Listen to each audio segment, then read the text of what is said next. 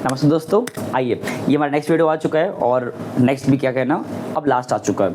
Officially हमारा ये last video है 12th अकाउंटेंसी के पहले बुक का लास्ट चैप्टर और उसका लास्ट वीडियो, जिसका नाम क्या था, डिसोल्यूशन ऑफ पार्टनरशिप फॉर्म। अभी तक हम लोग ने इस चैप्टर का टिल नाउ 9 पार्ट पढ़ा है, 9 लेक्चर्स कवर किया है, जिसमें हम लोग ने इस चैप्टर का बेसिक से लेकर के न्यूमेरिकल, वो भी 2 अप्रोच पे, कौन कौन सा, लेजर्स एंड जर्नल एंट्रीज के कॉन्टेक्स्ट में लगा लिया है। और मैंने ये कहा था कि भाई इनफ है। जैसे आमतौर पे क्या होता है, हर एक चैप्टर हमारा जाता है ऑन एवरेज 15, 20, 25 लेक्चर्स में, ये ख़त्म कितने में हुआ है 10। तो इसका मतलब मैंने क्या कम पढ़ाया है, ऐसा नहीं है। एज पर बोर्ड में जो क्वेश्चंस के लेवल आते हैं और जितने मार्क्स का प्रपोर्शन कवर करता है ये चैप्टर बोर्ड के उस 36 मार्क्स के पूरे सेगमेंट के बीच में, जो हमारा पहला बुक है पार्टनरशिप, वो 36 मार्क्स होता है 80 में से बोर्ड एग्जाम में, तो उसमें से ये कवर करता है 7 मार्क्स अप्रॉक्सीमेट। यहाँ 7 भी है, हम लोग ने कल इसके पहले लगाया था 25 का PY की, वहाँ भी 7 मार्क्स का था, तो ऑन एवरेज 36 में 7-8 नंबर का आता है मैक्सिमम। ठीक है, तो हम लोग ने कॉन्सेप्ट जान लिया, उसके न्यूमेरिकल्स देख लिए लेजर और जर्नल एंट्रीज फॉर्म में, एंड कल के क्लास में हमने इसका जो पेपर था 25 वाला PYQ वो भी लगा लिया। आज हमारा 26 का PYQ आने जा रहा है। अब देखो होता क्या है ना, हम तुम लोग को PYQ पूरा लगवा करके हर एक क्वेश्चन दिखाते चले जाएं, ऐसा मोटिव नहीं होता। बस इतना पढ़ाने के बाद कि भाई वैराइटीज़ कवर हो चुका है, अब तुम्हें इस बात का एक्नॉलेजमेंट हो जाए कि हाँ वो चीज़ें सफिशिएंट है हमारे वैराइटीज़ एंड कॉन्सेप्ट के लेवल पे। तो मैंने 2 साल PYQ पिकअप किया है हर चैप्टर्स में। तो जो मैंने सिलसिला शुरू किया था चैप्टर 1 से, कि चैप्टर ख़त्म करने के बाद मैंने 2 PYQ लगवाया था, चैप्टर 1 से, 2 में, 3 में, 4 में और ये 5 में भी। तो आज हम लोग इस चैप्टर का भी PYQ लगाने वाले हैं। कोड लिखा है 6711, ये सेट 1 है इस बार। मेन एग्जाम का पेपर है, मन तो है कि तुम्हें पेपर लगवाते कंपार्टमेंट वाला भी, 26 इस साल भी हुआ है 28 जुलाई को, बट होपफुली इतना हो नहीं पाएगा, तो इट्स बेटर, कोई बात नहीं। हम लोग 2 ही PYQ लगाते हैं फिलहाल, और इन 2 PYQ में देखोगे ना सिर्फ 2 ही सवाल पूछा हुआ है, क्वेश्चन 14 पे और क्वेश्चन नंबर 23 पे इस चैप्टर से। 1 मार्क्स का 1 सवाल, 6 मार्क्स का 1 सवाल। और हर साल देखा गया है कि पेपर में जो सवाल आता है एक भी हार्ड नहीं आता है। तुम लोग चाहो तो मेरी इस बात को वेरीफाई करने के लिए खुद से तो रिसर्च करना। 25 का 26 का मैंने लगवा दिया, 24 का 23 का 22 का तुम खुद ट्राई करना, ठीक है। अब एक डिस्क्लेमर, हम लोग दुआ करते हैं कि भाई अगले 20 मिनट तक लाइट ना जाए, क्योंकि ये लास्ट वीडियो है इस चैप्टर का। तो हर बार जो ट्रेंड हो चुका है बीते 2-3 चैप्टरों से कि लास्ट वीडियो में ऐसा लाइट चला जाता है, तो होपफुली शायद ऐसा ना होना चाहिए। हो गया तो फिर क्या ही कर सकते हैं, ठीक है। देखो मैंने 2 ही सवाल है, ज़्यादा टाइम लगेगा नहीं, बट हाँ पता अच्छी बात क्या है, कल के पेपर में जो सवाल जो था 6 मार्क्स वाला वो जर्नल एंट्रीज पे था ना, जो आज के पेपर में 6 मार्क्स सवाल है वो लेजर्स पे है। तो इसका मतलब क्या दिखता है कि हमारे कंट्रोल में कुछ भी नहीं है। क्या पता आप जो तुम एग्ज़ाम दो 27 में अगले साल, क्या पता वहाँ फिर जर्नल एंट्री आ जाए या क्या पता लेजर ही आ जाए, कोई नहीं जानता। तो दोनों में कमांड करो। एंड अच्छी बात इतना ऐसे हम लोग के लिए कि जितना सवाल मैंने पिकअप कराया जर्नल एंट्रीज का, आई थिंक 7 सवाल लगवाया था, 4 सवाल उस समय और 3 सवाल कल ना, कल के पहले मतलब, तो 7 सवाल मैंने एंट्री से कराया है और हर एक क्वेश्चन में 5-6 तो मिनिमम थे। तो मल्टीप्लाई कर लो, 5 × 7 कितना होता है 35, मतलब हम लोग नियर अबाउट 35 ट्रांजेक्शन्स का एंट्री करने का सीखे हैं कॉन्सेप्ट, जो कि रिपीट हो रहा था, फिर नया वैरायटी ज़्यादा आ नहीं रहा था। सेम एज लाइक लेजर्स में भी है। हम लोग लेजर्स का 4 सवाल लगाए थे ना, उन 4 के बिहाफ पे भी कह सकते हैं कि वो इनफ था कॉन्सेप्चुअल लेवल पे क्वेश्चंस लगाने के लिए, और उन्हीं 4 के बिहाफ पे हम तुमको ये क्वेश्चन लगवाने जा रहे हैं। अब जिसको ये लग रहा हो भाई इतना बहुत अपने बहुत कम लगवाए जनरल लेजर्स क्वेश्चंस, तो हो सकता है हम तुम लोगों को जब प्री बोर्ड करीब आएगा नवंबर में, तो वहाँ पे हम 1-2 साल का पेपर और जब वहाँ लगवाएंगे, हम वहाँ जो क्वेश्चन लेजर्स के होंगे वो फेस करा देंगे। बुक से 4-5 क्वेश्चन इनफ होता है सीखने के लेवल, बाकी तुम लोग प्रैक्टिस करो, तुम्हारा अपना वो रहेगा सेल्फ प्रैक्टिस, उसमें कोई रोक टोक नहीं है, ठीक है। चलो सवाल पे आते हैं अब। तो मेरे पास जो पेपर है इस साल का है 26 का, और चलो शुरुआत ही करते हैं बड़े मार्क्स सवाल से पहले। 23 6 मार्क्स पहले लगाते हैं, 1 मार्क्स लगाएंगे लास्ट में, ठीक है ना। अब मुझे पता था इसमें बनाना लेजर है ना, बट तुम कैसे जानोगे, हमेशा क्वेश्चन जब दिखे तो हमेशा एंडिंग की बात पढ़ो, इसमें लिखा भी है prepare realisation account and partners capital account. मैंने पहले भी कहा था बैंक अकाउंट मोस्टली नहीं कहता है, यहाँ पे लोन नहीं कहा है, बट क्या पता अगर बैलेंस शीट लोन रहता पार्टनर्स लोन तो वो बाय डिफॉल्ट बनता। बट नहीं कहा, दिया भी नहीं है, बट दो तो मोस्टली कहता है रियलाइजेशन एंड, ये क्वेश्चन 23 है, realisation and partners capital account. तो अब यहाँ पे जो प्रोसेस था, जो तरीका था, दोबारा रिकॉल कर रहे हैं प्रोसेस तुम लोग के लिए, उसको याद रखो अच्छे से। चलो हिंट दे दे पहले क्वेश्चन लगवाने से पहले कि तुम्हें याद हो जाए, रिकॉल हो जाए। इफ़ मुझे बनाना है रिलेशन अकाउंट, तो इसका 4 स्टेप था, याद करो क्या था। पहला, जो भी हमारे बैलेंस शीट में एसेट्स एंड लायबिलिटीज़ हैं उनको क्या करो, राइट ऑफ करो। कैसे, अपोजिट ले जा करके, ये फर्स्ट, ये सब तुम्हें माइंड में याद होना चाहिए, हम तुम्हारा लिखवा देना सिर्फ जस्ट फॉर प्रैक्टिस के लिए, बाकी इसको रिकॉल रखो। नेक्स्ट क्या था, जो भी क्वेश्चन के बाहर दिया एडिशनल इंफॉर्मेशन उसको स्ट्रिक्टली फेस करो एक एक करके, बिना उसको स्किप किए, जो जैसा कहा है वही करो, अपना दिमाग कम लगाना। फिर उसके बाद ये चेक करो कि क्या कोई लेफ्ट ओवर क्या रह गया है, एसेट्स या लायबिलिटीज बच तो नहीं गया। इफ एसेट्स बच गया है तो उनको सेल करके पैसा रिसीव कर लो, कोई लायबिलिटीज बच गया तो उनको पे कर दो। तो ये काम हमको बाय डिफ़ॉल्ट करना पड़ता है, बाय डिफ़ॉल्ट, तो उसमें नहीं कहेगा तो भी करना पड़ता है। जैसे मैं बताया था ना, जैसे फॉर एग्जांपल एक मशीन है, तुम पूरा क्वेश्चन पढ़ डाले, एडिशनल इन्फॉर्मेशन कहीं मशीन को लेकर बात ही नहीं कहा है, तो मशीन राइट ऑफ तो कर चुके हो, बट मशीन के बारे में कुछ कहा नहीं है कि उसको बेचा गया कि पैसा रिसीव नहीं हुआ, जो भी कुछ कह नहीं रहा है, तो हम बाय डिफ़ॉल्ट उसको बेच के पैसा रिसीव करेंगे फुल अमाउंट से। सिमिलरली लायबिलिटी भी कुछ में नहीं कहा है तो पेमेंट कर देंगे फुल अमाउंट से। एंड उसके बाद आता है लास्ट स्टेप, जिसका क्या होता है कि बैलेंस निकालो, प्रॉफिट लॉस जो भी आएगा, और उसको बिटवीन द पार्टनर्स में बांट दो इन द गिवन रेशियो और इक्वल। जब बनाते हो पार्टनर्स कैपिटल, तो इसमें क्या क्या आता है, यहाँ तुम्हारा आएगा सबसे पहला पार्टनर्स का बैलेंस, है ना। दूसरा, जो भी तुमने ऊपर बनाया है रिलेशन अकाउंट, उसका प्रॉफिट या लॉस जो भी आया वो आएगा अपोजिट जगह जा करके। तीसरा, कोई अगर रिजर्व सरप्लसेस हैं या प्रॉफिट लॉस है बैलेंस शीट के अपीयर्ड के तौर पे, वो आएगा। एंड लास्ट, इसका जो पार्टनर्स हैं उनको पे कर देना, क्योंकि यहाँ पे फॉर्म डिसॉल्व हो गया है, तो अब तुमको बैलेंस शीट लिखने की जरूरत नहीं है, सिंपली पे करो, काम खत्म। बैंक अकाउंट कहता तो बनाते, अदरवाइज कोई नीड नहीं है। ये जो स्पेस में आता छोटा ना, ये वाला इतना स्पेस, यहाँ हम क्वेश्चन 14 लगवा देंगे, तो इतना इनफ है समझने के लिए, ठीक है। बाकी अगर कहीं नीड पड़ा कैलकुलेशन, वो यहाँ कर लेंगे, ठीक है ना। चलो सवाल पे आते हैं।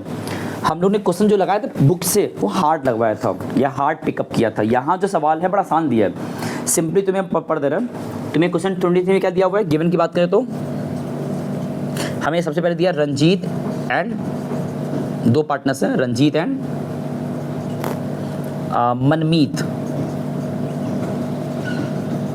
जिनका रेशो दिया है 7:3। बाद में कह रहा है बैलेंस शीट दिया है सिंपल, फिर कुछ इंफॉर्मेशन दिया है सिंपल, उसके बाद कह रहा है prepare the relation account, and लिखा भी है कि फर्म डिसॉल्व कर चुका है, on the above date the firm was dissolve. And dissolve के बाद कह रहा है कि बैलेंस शीट में इतनी बातें गिवन दिया था, तो अब डिसॉल्व है तो जो नीचे इंफॉर्मेशन दिया है एडिशनल फॉर्म, उसको नहीं पढ़ना है पहले, हालांकि यहाँ दिया पैराग्राफ फॉर्म में, वो दे सकता है पॉइंट वाइज भी, कोई दिक्कत नहीं है, दोनों एक बराबर होता है। अगर पैराग्राफ दिया तो उसमें क्या करोगे, जहाँ जहाँ तक फुल स्टॉप नहीं लग जाए लाइन पूरे साथ पढ़ लो, बट पहले क्या करना है हमको, स्टेप बाय स्टेप जो भी हमारे बैलेंस शीट में पार्ट दिया है उसको सबसे पहले क्या किया जाए, राइट ऑफ एक एक करके, और सब नहीं होता राइट ऑफ, कुछ स्किप भी करना होता है, वो मैंने यहाँ लिखा नहीं है, अब वो तुम्हें याद रहना चाहिए कि किसको छोड़ना है किसको नहीं छोड़ना है। जैसे अब दिखा पढ़ते हैं हम, शुरुआत वहाँ से करते हैं एसेट से। कैश एट बैंक, बैंक का तो अलग से बनता है ना, वो यहाँ पे नहीं आएगा, स्टॉक आएगा, और लिखा होता है एसेट इधर, तो इधर आएगा राइट ऑफ होने के लिए। टू स्टॉक, अमाउंट दिया है 2,50,000, 2.5 लाख। डेटर भी आएगा, टू डेटर, रुको, ओके, ये दिया है 2 लाख। एंड प्लांट मशीनरी वो भी आएगा, प्लांट एंड मशीनरी, जो कि दिया है 5,50,000 का, 5,50,000। 3 एसेट्स था, काम खत्म, इस बैंक आना नहीं था, बहुत छोटा क्वेश्चन है। फिर लायबिलिटीज पे आ जाओ, क्रेडिटर वो आएगा ना, बाई क्रेडिटर 4.5 लाख। बाकी कैपिटल दिया है, कैपिटल यहाँ नहीं आता, यहाँ आता है ना, यहाँ लीजिए पहले से क्या हो कि जब भी रुपये होल्ड करें, चलो ठीक है। तो यहाँ नाम क्या था पार्टनर्स का, रंजीत एंड मनमीत RM। तो यहाँ पे जो कैपिटल यहाँ पे आएगा बाई बैलेंस BD लिख सकते हो, कोई दिक्कत नहीं है, अगर इतना दिमाग में बैठा सकते हो। हाँ तो 5 लाख और 3 लाख। तो मतलब तुम्हारा यहाँ पता है क्या हो गया, तुमने 2 स्टेप एक साथ कर लिया। कौन कौन सा, पहला जो भी अपीयर था बैलेंस शीट में लायबिलिटी और एसेट्स, उनको राइट ऑफ कर दिया यहाँ ले जा करके, एंड जो भी हमारा बैलेंस था पार्टनर्स को मिला दिया। तो 2 काम तो हो गया। अब आते थर्ड स्टेप पे, क्या लिखा हुआ है, बैलेंस शीट पे पूरा काम हो जाने के बाद अब आता है कि जो बाहर दिया उसे बात किया जाए। अब वो जैसे भी दिया रहा है, पैराग्राफ में दिया रहा है, पॉइंट वाइज, डजंट मैटर, तुम्हें पढ़ना है एक एक करके। तो पढ़ते हैं। On the above date, the firm was dissolved. The plant machinery was sold at 487. यहाँ बता दिया साफ साफ कि एक प्लांट मशीनरी जो हमारे पास है हमने उसको बेचा है, तो बाई बैंक आएगा पैसा, और बैंक ने को प्लांट मशीनरी इंडिकेशन के लिए कितना बेचा गया है, 487। फिर स्टॉक को भी बेचा गया है 20% less than the book value, इसमें लिखा है। तो मतलब तुम चाहो तो एक ही बार बैंक लिखो और एक साथ कर दो, अदरवाइज लिखो अलग अलग, कोई दिक्कत नहीं है। लिखो दोबारा बैंक, ये भी चलेगा, ब्रैकेट में स्टॉक, दोनों सही है, कोई दिक्कत नहीं। हाँ कोई दिक्कत नहीं है। अब स्टॉक कैसे बेचा गया है, इसमें लिखा था ना दैट वाज 20% लेस। तो स्टॉक था कितने का, 2.5 लाख का, तो 2.5 लाख का अगर 20% लेस है तो निकाल दो 80%, कितना आता है ये, निकाले हो 2.5 लाख का 20% 50,000 माइनस किए कितना आएगा, 2 लाख। तो मतलब स्टॉक हमारा इतने में सोल्ड हुआ है। डेटर वॉज रियलाइज्ड एट 140, तो अगेन लिखो बाय बैंक। तो मैंने बाय बैंक 3 बार लिख दिया ना, तुम चाहो तो उसको लिखो एक ही बार में और तीनों कंबाइन कर दो, वो भी चलेगा 140। आगे लिख रहा है रवनीत लिखा था ना, हाँ Ravneet agree to bear all the expenses for which he was allowed commission of 9,000। मतलब रणवीत को कमीशन दिया जा रहा है। ये बताओ, हम जो भी देते हैं किसी पार्टनर को उस मोमेंट पे वो हमारे लिए क्या है, खर्चा, फॉर्म के लिए मतलब। तो यहाँ रिकॉर्ड होगा और दिया किस जा रहा है, और क्या वहाँ पे एक्चुअल पेमेंट हो रहा है, नहीं। फर्म उसके कैपिटल को क्रेडिट कर देगा, मतलब कि 2 लिखा जाएगा ऐसे, 2 नाम क्या था उसका, रवनीत, ये लिख देना ब्रैकेट में, क्या कैपिटल अकाउंट, ये हमारा क्या है, कमीशन था, क्या था, कमीशन था। ये जो वर्ड हम लिखे कमीशन, ये इंडिकेशन के लिए लिख रहे हैं सर, ये कोई नया वर्ड क्रिएट नहीं कर रहा है। कितना अमाउंट है कमीशन का, 9,000। चलो नेक्स्ट पढ़ो। Actual realisation expenses was 7,500। Relation expense दिए 7,500 का, यहाँ लिखते टू बैंक 7,500 का, रिलेशन एक्सपेंस 7,500 का दिया हुआ है, तो यहाँ लिखें टू बैंक रिलेशन एक्सपेंस 7,500, नहीं। पता क्यों, क्योंकि उसमें लिखा था कि रणवीत को वो पे करना था। तो जो खर्चा एक पार्टनर का है पर्सनल लेवल पे, वो क्यों फर्म पे करेगा, अनलेस जब उसमें लिखा ना हो कि फर्म ने खुद ही पे कर दिया उसके बिहाफ पे। तो यहाँ तो उससे ऐसे कहा भी नहीं है। तो जो खर्चा उसके हिस्से का था वो अपना पर्सनली बाहर करेगा, फर्म से क्या मतलब है।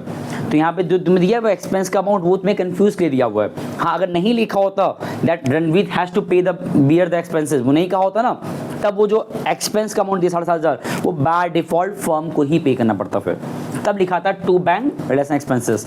तो मतलब यहाँ पे तुम चाहो तो अपने लिख सकते हो कि सिंस रिलेशन एक्सपेंसेस जो है was to be beared by Ranveer, that's why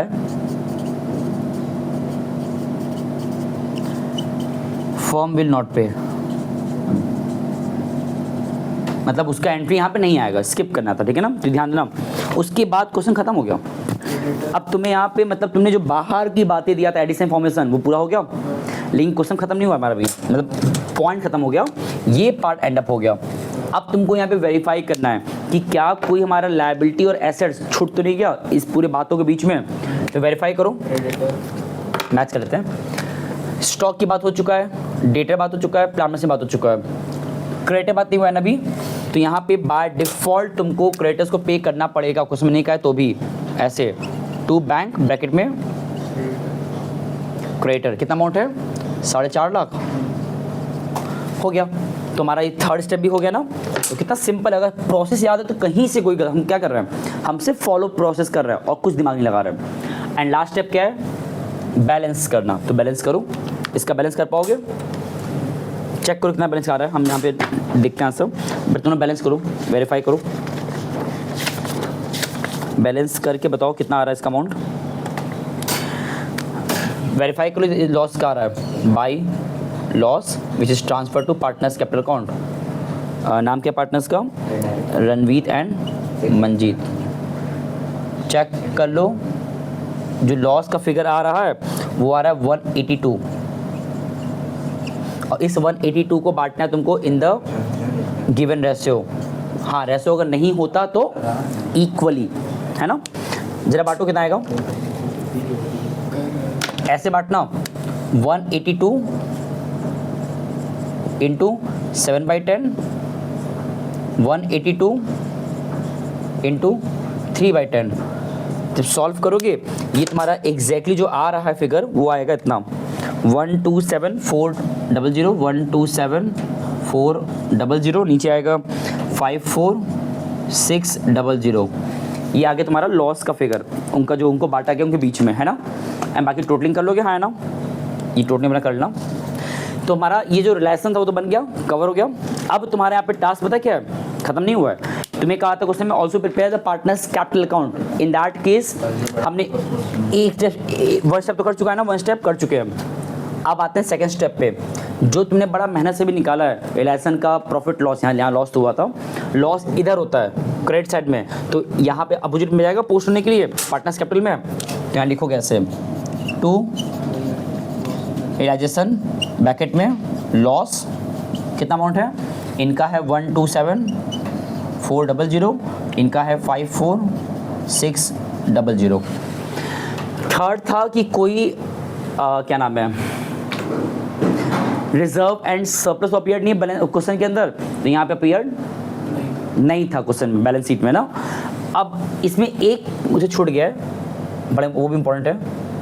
partners को पे करने से पहले एक पॉइंट और था, पता है क्या, वो ये है कि एक बार चेक करो एडिशनल इंफॉर्मेशन कि क्या किसी पार्टनर को लेके कोई इंफॉर्मेशन दिया है बाहर की इंफॉर्मेशन में।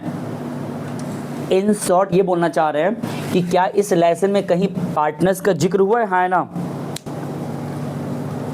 खोजो खोजो, तुमको देखना होता है कि उस पूरे बाहर के डेटा में पार्टनर्स को लेके कोई जानकारी दिया है। एक दिया याद करो कि he has get the commission, है ना, तो ये फिगर इसमें आएगा। तो ये जो 5वां स्टेप मैंने लिखा है ये बहुत ज़रूरी था, ये ध्यान देना इस चीज़ को कि इसको बिना चेक के पे मत करना। तो पहले बार चेक कर लिए, तुमने देखा कि ये एक हमारा एंट्री है जो पार्टनर्स को लेके क्वेश्चन में दिया था और वो इधर दिया था, तो यहाँ कहाँ जाएगा, अपोजिट में। कैसे लिखाएगा, बाई रियलाइजेशन अकाउंट ब्रैकेट में कमीशन, और दिया गया था सिर्फ ए को 9,000 का, सॉरी आर को। अब बिकॉज हमारा क्वेश्चन खत्म हो गया फाइनली, तो पे कर दो, इसका पेमेंट यहाँ पे एंट्री आएगा to bank account as a balance figure. जब इसका पेमेंट अमाउंट निकालते हो बैलेंस करके, दैट विल कम 381,600। एक मिनट,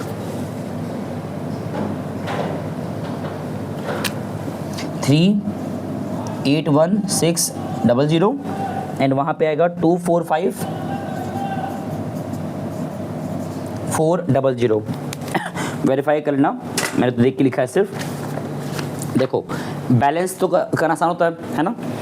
ये जितने सवाल इस टाइप के हैं ना, जो कि हम लोग जो देख नहीं बोला, ये मैंने एक सिंपल सवाल लिया था, हालांकि लेकिन सिंपल कहने को था, अप्रोच पूरा वही लगा, प्रोसेस वही पूरा फॉलो हुआ है, बस कंटेंट कम था। कंटेंट कम क्यों ना, बोर्ड एग्जाम में क्वेश्चन वो भर के दे देगा।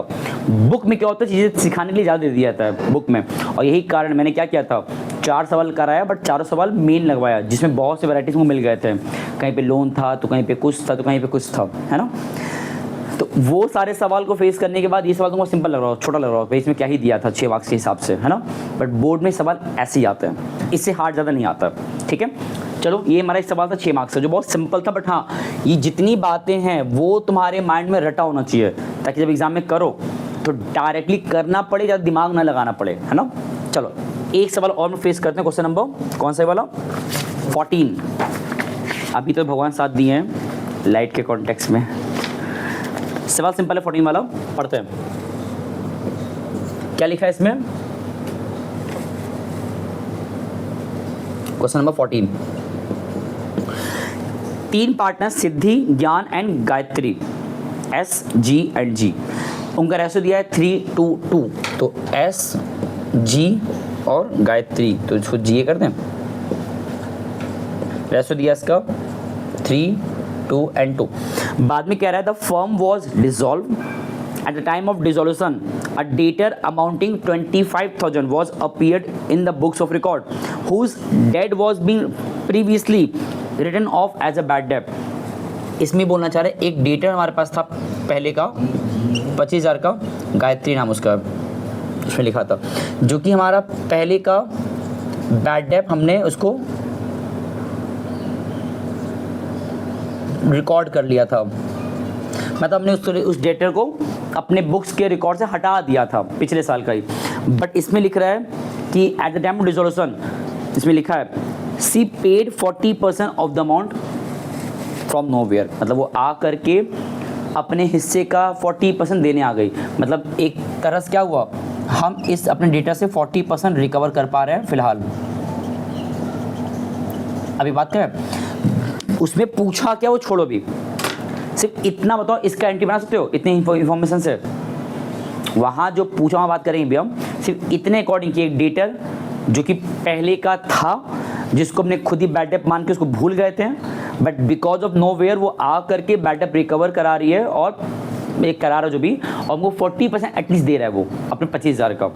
तो हमारे पास एट द एंड क्या आएगा, फर्म को किससे मतलब है, पैसा आ रहा है ना, तो एंट्री क्या हो जाएगा, बैंक ऑन डेबिटेड। और ये पैसा कहाँ ट्रांसफर करेंगे, क्योंकि यहाँ पे हम लोग को नाम नहीं, कोई नया नाम क्रिएट नहीं करना है, बस पैसा आया उससे मतलब है। तो कितना पैसा आ रहा है 25,000 का 40%, जो कितना होता है, कितना आता बताओ, ये आएगा 10,000, 10,000 आएगा ना। ये तो एंट्री बना ना। अब पता है क्वेश्चन क्या है, हम रीड कर रहे हैं, तुम्हें बताना कि आंसर क्या होगा इसका। कह रहा है कि the amount treatment accounting treatment for the above transaction will be, इस सिचुएशन का अकाउंटिंग ट्रीटमेंट क्या हुआ होगा। तो मैं 4 ऑप्शन दिया है, रीड कर रहे हो और बताना कौन सा वैलिड है। पहला कह रहा है 10,000 विल बी क्रेडिटेड बोला है, credit to bad debt recover account. हम लोग क्रेडिट क्या लिखे हैं, ये तो गलत है, गलत ये वाला पॉइंट, यहाँ तो कोई नया वर्ड लाना था ही नहीं हम लोग को। 10,000 will credited to debtor person account, debtor भी नहीं आएगा, वो भी नाम लाना नहीं था। 10,000 will be credited to bad debt account, bad debt word भी नहीं आना चाहिए था। सी लिखा है, C option 10,000 will be credited to the relation account. तो मतलब यहाँ पे जो हमारा ऑप्शन नंबर सी है वो सही है कि हमको 10,000 से उस अमाउंट को क्रेडिट करना है, बट किस नाम से करना है। हाँ, अगर ये बोला होता कि 10,000 should be debited by bank account, वो भी सही होता। जो कहते फिर या तो ऐसे बोलता या एंट्री पूछता है, कुछ भी पूछता। अगर तुम्हें ये आंसर याद है ना, तो उसमें जो भी सवाल बना दे वो आराम से फेस कर लोगे। और सवाल देखो एंट्रीज पे 1 मार्क्स में ऐसा आ जाता है, सिंपल। लेकिन देखो हम तुम्हें इस चैप्टर का वाइंड अप करते वक्त 2-3 बातें क्लैरिफाई करते रहे। हम लोग आज पहला बुक कवर कर पाए, और आज तारीख है 26 अगस्त।